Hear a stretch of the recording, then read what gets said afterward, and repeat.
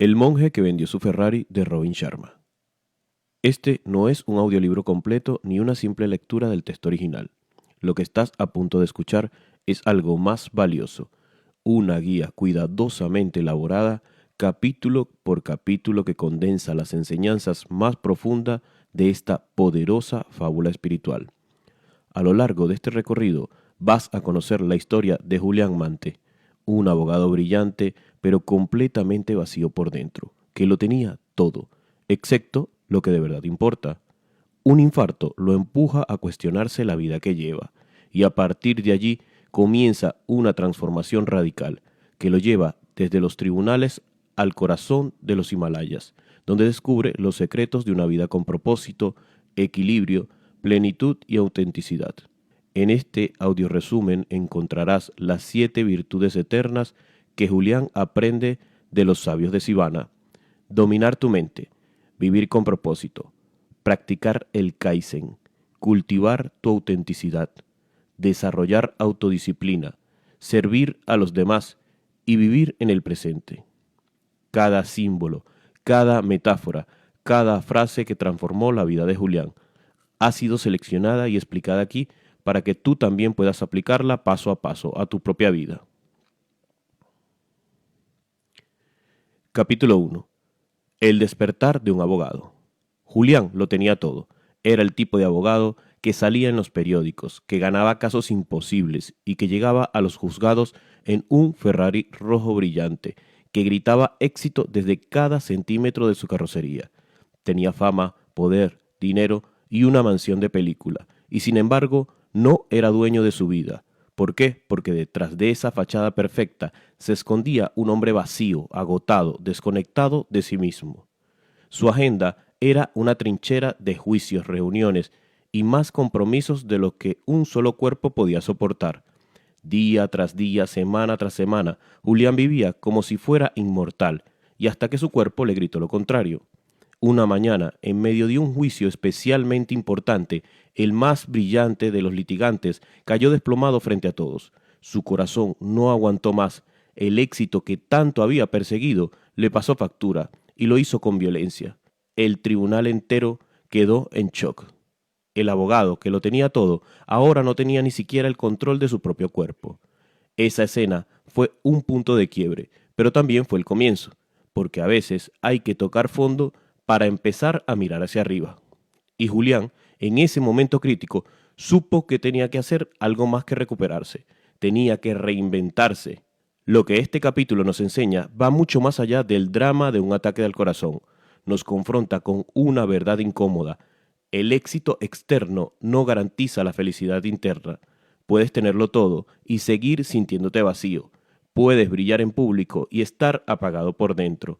Julián vivía corriendo, adicto al trabajo, al reconocimiento, al dinero, pero descuidó lo esencial, su salud, sus emociones, su alma, y cuando todo colapsó, entendió lo que muchos aprendemos demasiado tarde, que no se trata solo de subir en la vida, sino de saber hacia dónde se está subiendo y por qué.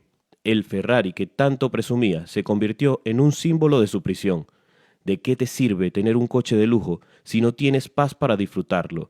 ¿De qué sirve ganar cada batalla si estás perdiendo la guerra más importante, la de vivir con sentido? Y entonces, como ocurre con todos los viajes de transformación, llegó la pregunta inevitable. ¿Qué sentido tiene todo esto? ¿Para qué estoy viviendo?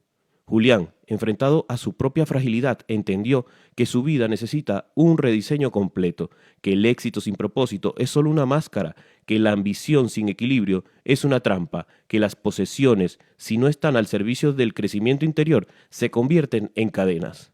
Este primer capítulo no es una historia de triunfo, es una llamada de atención, un espejo, una advertencia, pero también es la chispa que enciende el fuego del cambio, porque cuando todo parece derrumbarse, allí es donde comienza el verdadero despertar. Julián no murió ese día, pero una parte de él sí. Murió el abogado ambicioso, el esclavo del reloj, el devorador de logros, y en su lugar comenzó a nacer algo nuevo, una búsqueda, una promesa silenciosa de que todavía era posible encontrar otra manera de vivir, y ese apenas era el principio. Capítulo 2. La transformación espiritual de Julián. Un tiempo después del incidente, Julián vuelve. Pero no era el mismo, no podía serlo. Ese hombre que entró por la puerta no era Julián, el Julián que John recordaba. Había algo en su rostro, en su postura, en su mirada, una paz casi sobrenatural, una vitalidad silenciosa, una presencia imposible de fingir. Julián había vuelto, pero ya no era el abogado adicto al trabajo que vivía corriendo, peleando y acumulando cosas. Era otra cosa, algo más, algo mejor. John no podía creerlo. El hombre que se había derrumbado en medio del tribunal, consumido por el estrés y el vacío, ahora estaba allí, sonriente, tranquilo, irradiando una energía tan serena que descolocaba. Su piel brillaba, sus ojos parecían haberse reencontrado con un propósito antiguo, y cuando comenzó a hablar, John supo que había algo sagrado. Julián contó su historia sin prisa, como después del infarto lo vendió todo, el Ferrari, el reloj de oro, la mansión, todo. No lo hizo por desesperación, lo hizo por liberación. Cada objeto que soltaba era una capa de su viejo yo que caía al suelo. No era una pérdida, era un renacimiento. Y entonces se fue a la India, solo, sin agenda, sin necesidad de probar nada a nadie, buscando respuestas o quizá simplemente buscando encontrarse. Lo que encontró allá superó cualquier expectativa. En lo profundo de los Himalayas, entre la niebla, el silencio y la montaña, conoció a los Sivanas, un grupo de monjes sabios que vivían en armonía con la naturaleza, con sus cuerpos, con sus almas. No tenían lujos, no tenían fama, pero tenían algo que Julián nunca había tenido: paz interior, propósito, alegría verdadera. Ellos le enseñaron un sistema de vida antiguo, profundo, poderoso. No eran frases motivacionales ni rituales vacíos, eran principios eternos, prácticas diarias que transformaban por dentro, que reordenaban la mente, el cuerpo y el corazón. Y Julián, por primera vez en su vida, escuchó, aprendió, practicó, se vació de todo lo que había sido para llenarse de lo que siempre debió ser. ¿Sabes qué me enseñaron?, le dijo Julián a John. Que la calidad de tu vida depende de la calidad de tus pensamientos, que si limpias tu mente, limpias tu realidad, que la felicidad no se encuentra en el mundo, se cultiva en el interior. Julián hablaba con una calma de quien ya no tiene prisa, con la certeza de quien ya no necesita convencer. Su misión era compartir, volver a dar. No había regresado por nostalgia, sino por propósito, no para presumir su transformación, sino para invitar a otros a iniciar la suya. Este capítulo no es solo una historia de regreso, es la confirmación de que el cambio es posible, que uno puede renunciar a todo y volver con más de lo que jamás imaginó, que no importa cuán perdidos estemos, siempre existe un camino de vuelta, si estamos dispuestos a caminar hacia adentro. Y esa es la promesa que nos deja Julián. No necesitas tener un infarto para despertar, no necesitas perderlo todo para empezar. Puedes elegir hoy mismo iniciar tu propia transformación. La puerta está allí y la llave está en ti. ¿Estás listo para cruzarla? Capítulo 3. El jardín de la mente. Julián volvió a visitar a John. Esta vez ya no era para contarle lo que había vivido, sino para empezar a transmitirle lo que había aprendido. Y lo primero que hizo fue esto: tomar una taza de té, respirar hondo y decirle con absoluta calma: todo comienza en la mente. Ese fue el punto de partida. No con la alimentación, ni con la productividad, ni siquiera con la motivación, sino con el terreno donde todo crece, los pensamientos. Julián explicó que los sabios de Sivana le enseñaron a imaginar la mente como un jardín, un espacio fértil que, si se cuida con atención y esmero, puede florecer con belleza, con ideas poderosas, con paz interior. Pero si se descuida, ese mismo terreno se llena de malas hierbas, miedo, ansiedad, comparación, crítica, pensamientos automáticos que se repiten una y otra vez como un eco venenoso. La mente es el primer campo de batalla, o más bien el primer campo de siembra. Y es que no hay transformación verdadera si no empiezas por allí, porque todo lo que vives, tus decisiones, tus emociones, tus resultados, es solo el reflejo de lo que hay sembrado dentro de ti. Pensamientos negativos, resultados negativos, pensamientos elevados, vida elevada. Julián lo decía con una convicción que no admitía duda: tu mente puede ser tu mejor amiga o tu peor enemiga. Tú decides quién manda. Por eso, Los Sivanas le enseñaron a cultivar su jardín interno todos los días, a arrancar las malas hierbas con atención, a no permitir que un pensamiento inútil permaneciera más tiempo del necesario y sobre todo a plantar semillas con intención. Semillas como soy capaz, estoy en paz, otra versión de mí es posible, no necesito el control para vivir en armonía. Y no bastaba con repetirlas una vez, tenía que cuidarlas como se cuida una flor, con constancia, con presencia, con emoción. Las afirmaciones eran más que frases, eran decisiones conscientes sobre qué historia querías contarte a ti mismo, porque lo que uno se repite todos los días se convierte en su realidad. La calidad de tu vida depende de la calidad de tus pensamientos, no es una frase bonita, es una ley. John escuchaba todo esto en silencio, mientras Julián lo miraba con compasión. Sabía que su amigo, como muchos, vivían prisioneros de su propio diálogo interno, que su mente era como un jardín descuidado, lleno de pensamientos marchitos y maleza emocional, y que hasta que no tomara el control de su mente, seguiría siendo esclavo de sus propias creencias. Pero no bastaba con saberlo, había que entrenarse, y para eso Julián le enseñó otra práctica clave, la meditación. No una práctica mística, ni algo religioso, ni siquiera algo complicado. Solo sentarse en silencio unos minutos cada día, cerrar los ojos y observar los pensamientos, dejar que vengan y luego dejarlos ir, como nubes que cruzan el cielo. La meditación era, según los sivanas, el gimnasio de la mente, el espacio donde uno aprendía a no reaccionar a todo lo que pensaba, a dejar de identificarse con cada miedo, cada juicio, cada impulso, a recuperar el control. Al principio, claro, la mente se resiste, te grita, se agita, pero poco a poco, con práctica, aprendes a estar en calma y desde esa calma puedes elegir, puedes plantar, puedes crecer. John empezaba a entender, si no cuidaba su mente, el resto no importaba, podía tener metas, hábitos, rutinas, pero si su cabeza era un caos, todo lo demás iba a colapsar. Por eso Julián insistía, sé el jardinero de tu propia mente, no dejes que la vida te plante por ti, decide tú lo que quieres que florezca. Y esa fue la gran enseñanza del capítulo. La mente no es un enemigo, es una herramienta, pero una herramienta poderosa que necesita dirección, porque si no decides qué vas a pensar, el mundo lo hará por ti. Las noticias, los miedos de los demás, las redes sociales, tus traumas sin sanar, todo lo que se cuela cuando deja la puerta abierta. Así que empieza hoy, vigila lo que piensas, habla contigo con respeto, planta semillas de esperanza, de acción, de propósito y arranca sin piedad esas malas hierbas que solo te sabotean, la duda, el juicio, el no puedo. Cuida tu mente como cuidas lo más valioso, porque lo es, porque desde allí crece todo lo demás y cuando logras dominarla, verás que no solo mejoras tu vida, la transformas. Capítulo 4. El faro. Tras haber sembrado en John la primera semilla de cambio, la importancia de dominar la mente como un jardinero que cuida su jardín, Julián se adentró ahora en un principio igual de esencial, pero con una energía distinta. No se trataba de lo que cultivabas por dentro, sino hacia dónde diriges tu vida. Imagina algo, dijo Julián, que eres un barco navegando en medio del océano, de noche entre tormentas, sin brújula ni destino. ¿A dónde irás? ¿Cuánto tardarás en encallar?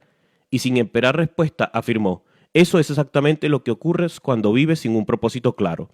El propósito, explicó, es tu faro, es esa luz inquebrantable que brilla incluso cuando todo está oscuro.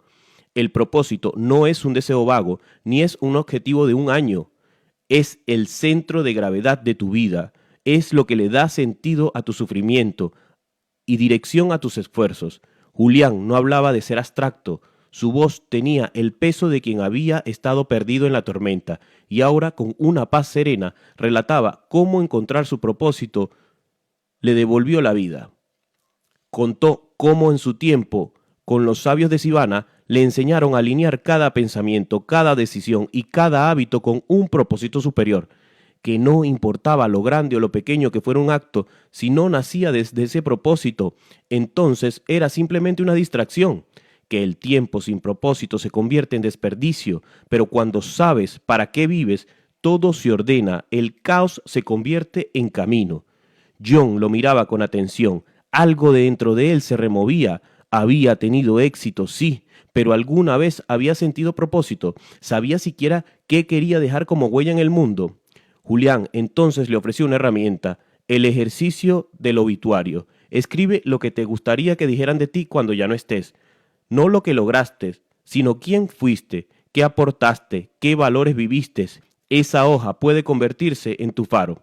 Y así fue como John comprendió. Sin un faro, el esfuerzo se diluye, las metas se olvidan, el alma se agota, pero con un faro, cada paso tiene sentido, incluso cuando no hay resultados inmediatos. Julián habló también del poder oculto del propósito. Contó cómo una vez lo descubrió, su energía se multiplicó, que dejó de procrastinar, dejó de dudar tanto, dejó de temer al rechazo, porque cuando tu por qué es fuerte, el cómo siempre aparece. Cuando sabes para qué haces lo que haces, los obstáculos se vuelven parte del camino, no excusas para abandonarlo. El propósito no solo te guía, te empodera. Y lo más sorprendente, dijo Julián, es que el propósito no se encuentra afuera, está dentro de ti. No es algo que inventas, es algo que recuerdas. Es la intersección entre lo que amas, en lo que eres bueno y en lo que el mundo necesita de ti. Está en tus talentos, en tus heridas, en tu historia, y solo tú puedes descubrirlo. Así que no hay tarea más urgente que conocerte, escuchar lo que tu corazón susurra cuando el mundo se calla, porque hasta que no encuentres ese faro, seguirás girando en círculos, persiguiendo logros que no te llenan, distracciones que no curan y rutinas que no transforman. John lo entendía. Ya no se trataba solo de calmar su mente, se trataba de darle una dirección, de alinear sus días con su alma, y en ese momento, aunque no tenía una respuesta clara, supo que debía buscarla, porque vivir sin propósito ya no era una opción. Capítulo 5. La rosa. Julián extendió la mano y de su túnica sacó una rosa roja perfecta, tan viva que parecía hablar por sí sola. John la miró con asombro, no entendía del todo su significado, pero algo en la delicadeza de esta flor, en la forma paciente en que sus pétalos se abrían uno a uno, comenzaba a decirle más que 1000 palabras. Julián la sostuvo entre los dedos con respeto, como si fuera un símbolo sagrado, y entonces habló. Esta rosa no se convirtió en lo que es de la noche a la mañana. Su belleza no vino de un acto explosivo, sino de un proceso lento, constante y silencioso, pétalo a pétalo, día tras día. Así es como florece la excelencia. Fue así como introdujo la tercera virtud eterna, la mejora continua. Lo llamó el Kaizen, un concepto japonés que significa cambio positivo o mejora constante. Era, según Julián, uno de los principios más poderosos que había aprendido de los sabios de Sivana, porque nos recuerda que no se trata de cambiar todo en un solo día, sino de crecer un poco cada jornada. Mientras John lo escuchaba, algo dentro de él comenzaba a soltarse. Quizás ya no necesitaba esa presión aplastante de transformarse por completo en un instante. Quizás la clave no era la intensidad, sino la constancia. Julián explicó que todos llevamos dentro el potencial de ser grandes, pero lo que nos detiene no es la falta de talento, sino la falta de compromiso diario con nuestro crecimiento. Y entonces, con una calma profunda, dijo una frase que se le quedaría grabada a John para siempre. Mejora un poco cada día. Al final, eso marcará una enorme diferencia. Y eso cambia todo, porque nos libera de la tiranía del perfeccionismo, nos da permiso para ser principiantes, para fallar, para levantarnos de nuevo, porque si hoy avanzamos solo un paso y mañana otro y pasado otro más, inevitablemente nos convertiremos en alguien que jamás habríamos imaginado. Julián no hablaba solo del trabajo o de metas materiales, hablaba del cuerpo, de la mente, del alma, hablaba de hábitos, de disciplina suave pero firme, de cómo todo lo que haces hoy te convierte en quien serás mañana. Le enseñó a John que no se trataba de correr un maratón de golpe, sino de ponerse las zapatillas y salir a caminar, que no tenías que leer 20 libros en un mes, sino 5 páginas al día, que el cambio no está en las montañas que subes, sino en las piedras que decides mover. Pero para que el Kaizen funcione necesitas dos cosas, paciencia y fe. Paciencia, porque una rosa no puede ser forzada a florecer más rápido, y fe, porque aunque no veas resultados inmediatos, el proceso está ocurriendo dentro de ti. Aunque parezca que nada cambia, algo siempre está germinando si sigues regando tu jardín. Julián también habló de cómo dividir lo abrumador en pasos pequeños. Si tienes una meta que parece gigante, el truco está en preguntarte, ¿Cuál es el paso más pequeño que puedo dar hoy para acercarme a ella? Y luego de dar ese paso, sin excusas, sin mirar atrás, continuar. Así como el faro aprendimos a tener dirección, con la rosa aprendemos a confiar en el ritmo de nuestro propio crecimiento. Ya no hay prisa, solo hay propósito. John comenzó a comprender algo esencial, que la excelencia no es un acto ocasional, sino un estilo de vida, que no eres lo que haces de vez en cuando, sino lo que haces todos los días, que tus hábitos son el espejo de tu destino. Y entonces, con una sonrisa leve, Julián le entregó la rosa, no como un adorno, sino como un recordatorio viviente. No intentes florecer de golpe, abraza tu proceso, mejora un poco cada día, el resto llegará. Capítulo 6. El anillo de diamante. Julián sacó de su túnica un pequeño anillo de platino con un diamante en el centro. Lo sostuvo frente a John y lo dejó brillar bajo la luz suave de la habitación. No era ostentoso, no era extravagante, era simple, limpio y poderoso. Julián le explicó que ese anillo había sido un regalo de los sabios de Sivana, no como símbolo de riqueza, sino como recordatorio de algo mucho más valioso, la autenticidad. El diamante, dijo, representa tu verdadero yo, la parte de ti que no cambia con los años ni con las opiniones de los demás, tu esencia, tu verdad, esa parte que a veces olvidamos bajo el peso de las máscaras, los deberes, las expectativas sociales, pero que siempre está allí, esperando ser descubierta y defendida con coraje. Vivir con autenticidad es vivir desde ese centro, no desde lo que los otros esperan de ti, no desde el miedo al rechazo, no desde la comparación, sino desde tu propio núcleo inquebrantable. Julián compartió con John que durante años había vivido interpretando un personaje, el exitoso abogado, el hombre imparable, el que lo tenía todo, pero debajo de esa armadura se había perdido a sí mismo, y no fue hasta que lo dejó todo y viajó al Himalaya que se reencontró con quien realmente era, descubrió sus valores, sus pasiones, su voz interior, y entonces entendió, el éxito real no es acumular cosas, es ser fiel a tu verdad, incluso cuando nadie te aplauda por ello. El camino de la autenticidad no es cómodo, requiere coraje, requiere decir no a muchas cosas, personas y caminos que no encajan contigo, aunque parezcan seguros o populares, requiere decepcionar expectativas ajenas para no traicionar tu alma, pero también trae algo que ninguna imitación puede ofrecerte, paz interior. Cuando vives desde tu verdad, duermes mejor, tu energía no se desperdicia en fingir, tus decisiones son más claras, tu vida se alinea con lo que verdaderamente importa, y eso, decía Julián, es la libertad más profunda. El diamante del anillo es también un recordatorio de que tu valor no depende de tus logros, tus títulos, tus posesiones o tus fracasos. Un diamante sigue siendo valioso aunque esté cubierto de barro y tú también. No eres menos porque hayas fallado, no eres menos porque estés roto en alguna parte. Tu valor viene de tu esencia, no de tu currículum. Y tu trabajo no es ganarte ese valor. Tu trabajo es recordarlo, pulirlo y vivir desde él. Julián invitó a John a hacer algo radical, dejar de vivir como una copia y empezar a vivir como original, a hacer las paces con su imperfección, a honrar su voz interna por encima del ruido del mundo, a preguntarse cada noche si había sido fiel a sí mismo. Y con una sonrisa tranquila le dijo, la mayor tragedia no es fracasar, es tener éxito en algo que no era para ti, es subir una montaña y descubrir que estabas equivocado. Por eso, vive desde tu verdad, aunque te tiemble tu voz, porque esa es la única vida que vale la pena ser vivida. John se quedó en silencio, no por duda, sino por respeto, porque entendía que había recibido algo más que una lección, había recibido permiso, permiso para dejar de actuar, para dejar de aparentar, para ser, por fin, él mismo. Capítulo 7. El camino de oro. Julián se inclinó hacia John con la mirada seria, como si lo que iba a decir a continuación fuera una de las revelaciones más importantes de su viaje.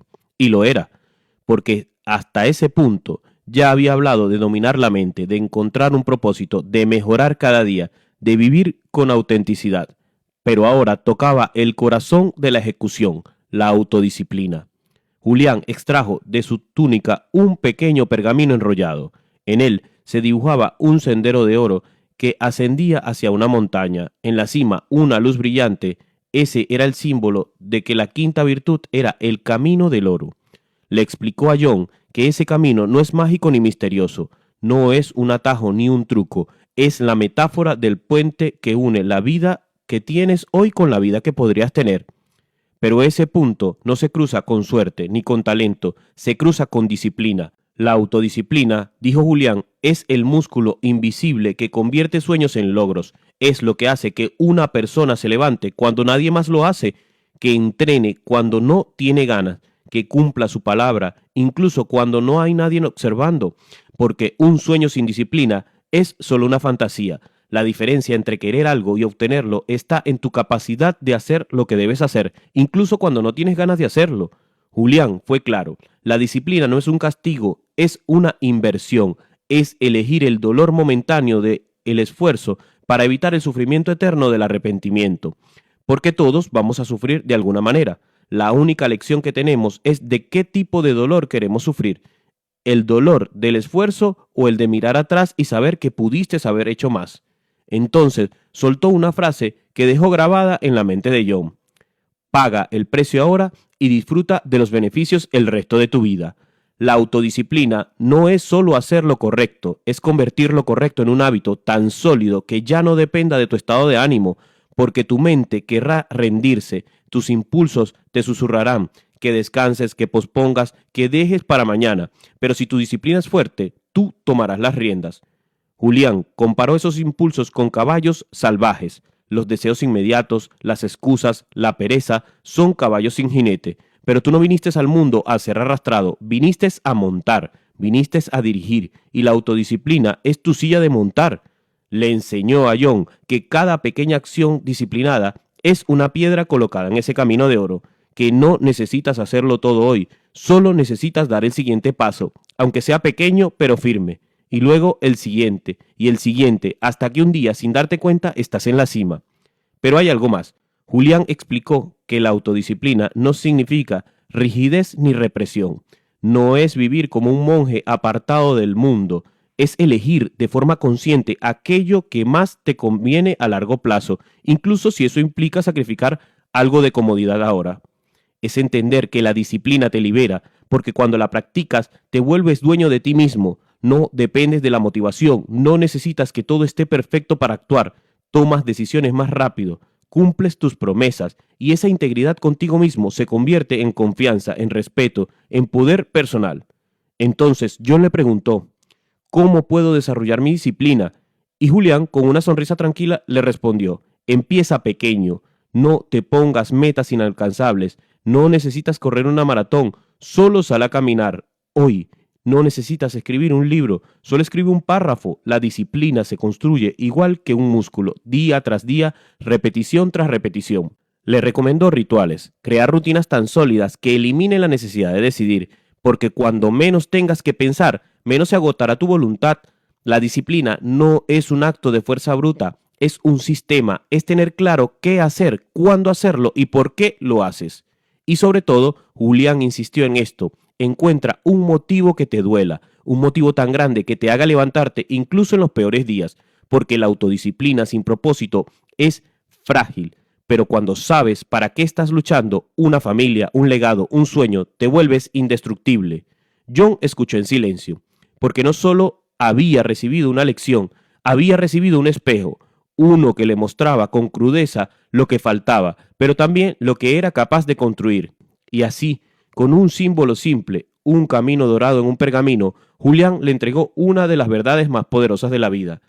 Tu futuro no depende de lo que sueñas, depende de lo que haces, y lo que haces depende de tu autodisciplina. Capítulo 8. Corazón de oro. La tarde comenzaba a teñirse de tonos dorados, cuando Julián volvió a hablar. Esta vez su mirada era más suave, más humana, como si lo que estaba a punto de compartir naciera no solo de la sabiduría, sino también de una herida ya sanada. Con un gesto lento, sacó de su bolso de viaje un pequeño objeto, un corazón de oro, y lo sostuvo entre los dedos como si fuera algo sagrado. Este, dijo con voz baja, es el símbolo de la sexta virtud. Hasta ahora, John había aprendido a dominar su mente, a vivir con propósito, a mejorar continuamente, a ser auténtico y a cultivar la autodisciplina. Pero esta nueva lección esta nueva virtud no se trataba de uno mismo, se trataba de los demás. Julián le explicó que, después de todo su viaje espiritual, de todo lo que había cambiado en su interior, lo más transformador fue esto: comprender que la vida no está completa hasta que la usamos para servir, que una vida verdaderamente rica no se mide por lo que acumulamos, sino por lo que entregamos.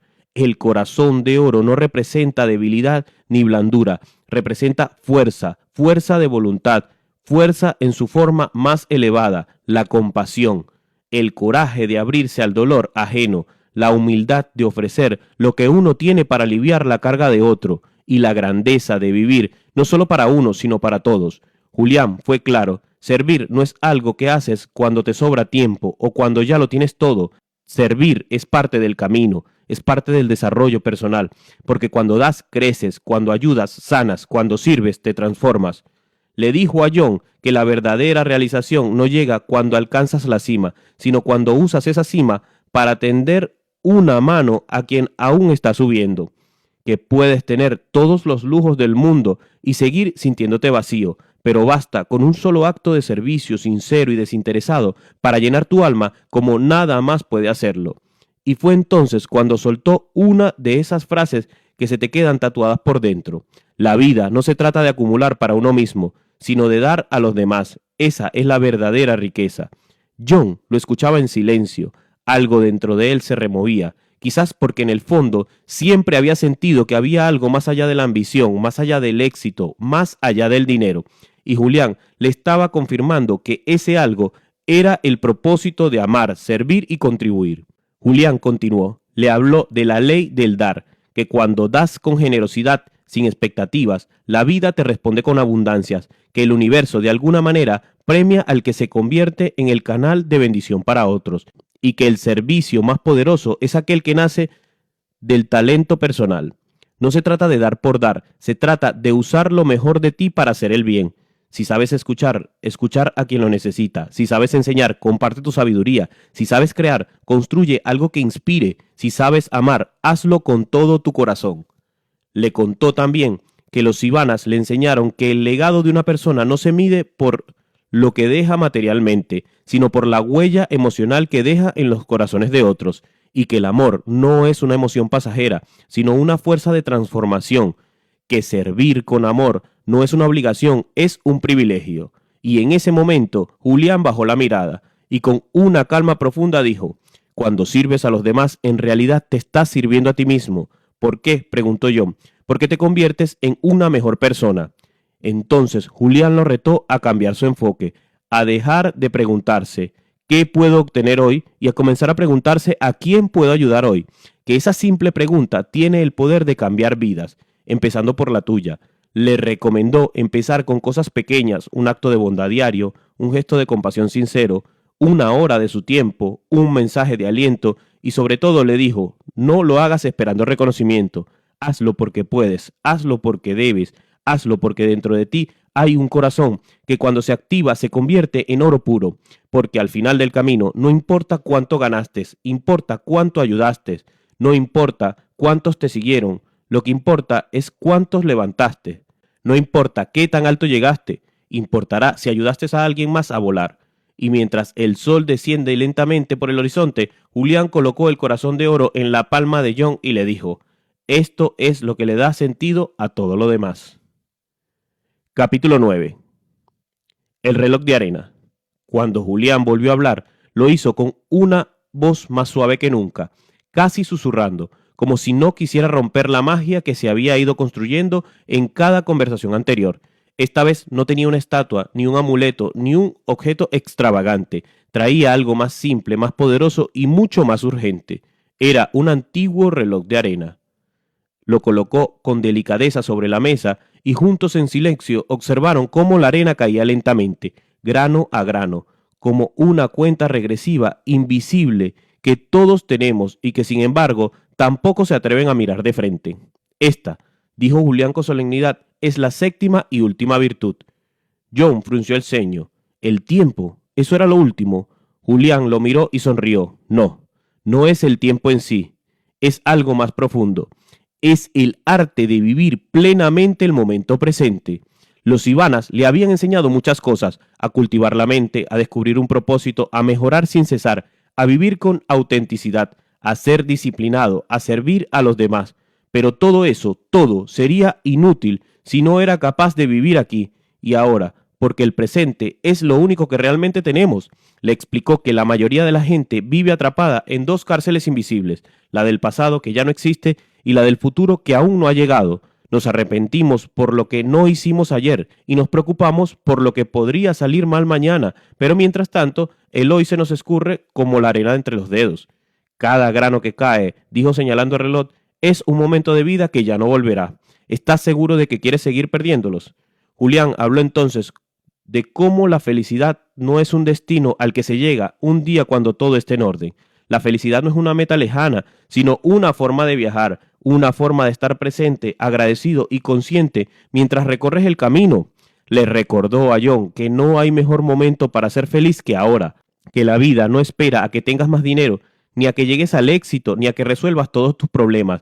La vida está pasando mientras haces planes. La alegría está en el café de cada mañana, en la risa de un amigo, en la mirada de alguien que amas. Y si no aprendes a encontrarla en esas pequeñas cosas, probablemente nunca las encuentres. Julián le contó que los Ivanas lo habían entrenado en la práctica sencilla pero transformadora, la atención plena. Le enseñaron a estar donde está, no solo físicamente, sino mentalmente, a no vivir con la cabeza en el pasado ni con el alma hipotecada en el futuro, a vivir el momento presente como si fuera un milagro, porque lo es. Le confesó una de las frases que más le impactó: no mueras con tu música aún dentro de ti. Era una advertencia, un llamado a no postergar los sueños, a no esperar el momento perfecto, a no dejar que el miedo o la comodidad apagaran su fuego interior, porque la vida es corta, porque el reloj no se detiene y porque la única garantía que tienes es este preciso instante. John escuchaba en silencio, no sabía qué decir, porque en el fondo sabía que gran parte de su vida había sido eso: una espera constante, una postergación del gozo, una negación del presente. ¿Y cómo se vive la hora?, preguntó con la voz entrecortada. Julián le dio algunas claves, le habló de la respiración consciente, esa ancla natural que siempre te puede devolver al presente. Le recomendó escribir cada noche 3 cosas por las que sentirse agradecido. Le sugirió que dejara el móvil en otra habitación durante las comidas y que sobre todo que se hiciera esta pregunta a diario: si hoy fuera el último día de mi vida, ¿estaría haciendo lo que hago ahora? Porque si la respuesta es no, demasiadas veces seguidas, algo tiene que cambiar, y no mañana, no el lunes, hoy. Finalmente, Julián tomó el reloj de arena entre sus manos y lo guardó con respeto. Esta es la virtud más difícil de todas, dijo, porque no se puede alcanzar con fuerza, se alcanza con paciencia y se pierde con prisa.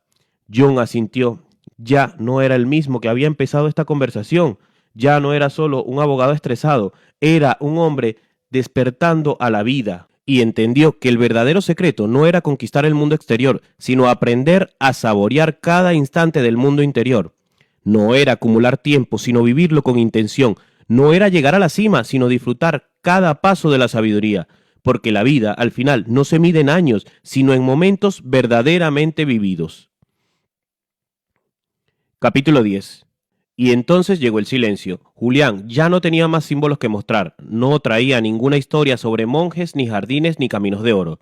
Solo se quedó quieto, mirándolo a los ojos, como si esperara que algo despertara dentro de John, sin necesidad de palabras. No hacía falta decir más. Las 7 virtudes habían sido reveladas, el mapa ya estaba completo.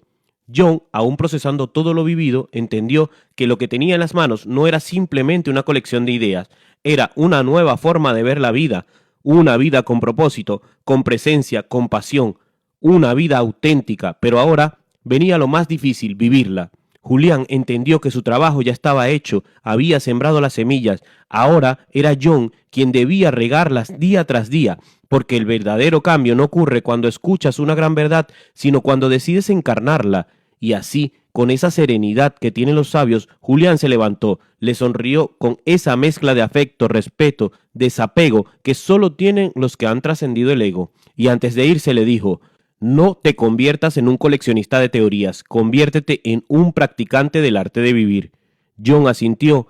No necesitaba más explicaciones, porque en el fondo sabía que Julián no había venido solo a contarle esa historia, había venido a recordarle algo que ya sabía, algo que todos sabemos en lo más profundo de nuestro ser, pero que a veces olvidamos, que la vida no es una carrera sin sentido, que el alma necesita silencio, que la disciplina no es un castigo, sino amor propio, que el tiempo es nuestro recurso más valioso y que el mayor propósito que podemos tener es ayudar a otros a despertar. La conversación terminó, pero el viaje apenas comenzaba. Un nuevo tipo de éxito, una nueva definición de riqueza, una nueva forma de caminar por el mundo estaban naciendo dentro de él, y no era necesario vender ningún Ferrari para sentir esa transformación. Julián se alejó caminando con calma, y John por primera vez en mucho tiempo se quedó en silencio, no para distraerse, sino para escuchar, no lo que pasaba afuera, sino lo que estaba pasando dentro de él. Y ahora que tú también has llegado hasta aquí, ahora que has caminado junto a Julián y John, cada una de las virtudes te toca a ti. Esto no es el final del audiolibro, es el comienzo de tu propia transformación. No intentes aplicar todo a la vez, elige una sola cosa que te haya resonado, una, y empieza hoy. Medita, escribe tu propósito, haz ejercicio, ayuda a alguien, sé más presente, lo que sea, pero empieza, porque no necesitas ser perfecto, solo necesitas estar despierto, y ahora lo estás, y eso lo cambia todo. Gracias por escuchar este audiolibro hasta el final. Si este mensaje tocó algo dentro de ti, te invito a que explores otros audiolibros disponibles en este canal. Cada uno está cuidadosamente creado para ayudarte a crecer, pensar y despertar. Y si aún no estás suscrito, hazlo ahora, porque este es solo el comienzo, porque hay muchos más caminos que recorrer y muchas más historias que contar. Y porque si estás aquí es porque una parte de ti ya ha decidido dejar de sobrevivir y empezar a vivir. Nos seguimos escuchando hasta la próxima vez.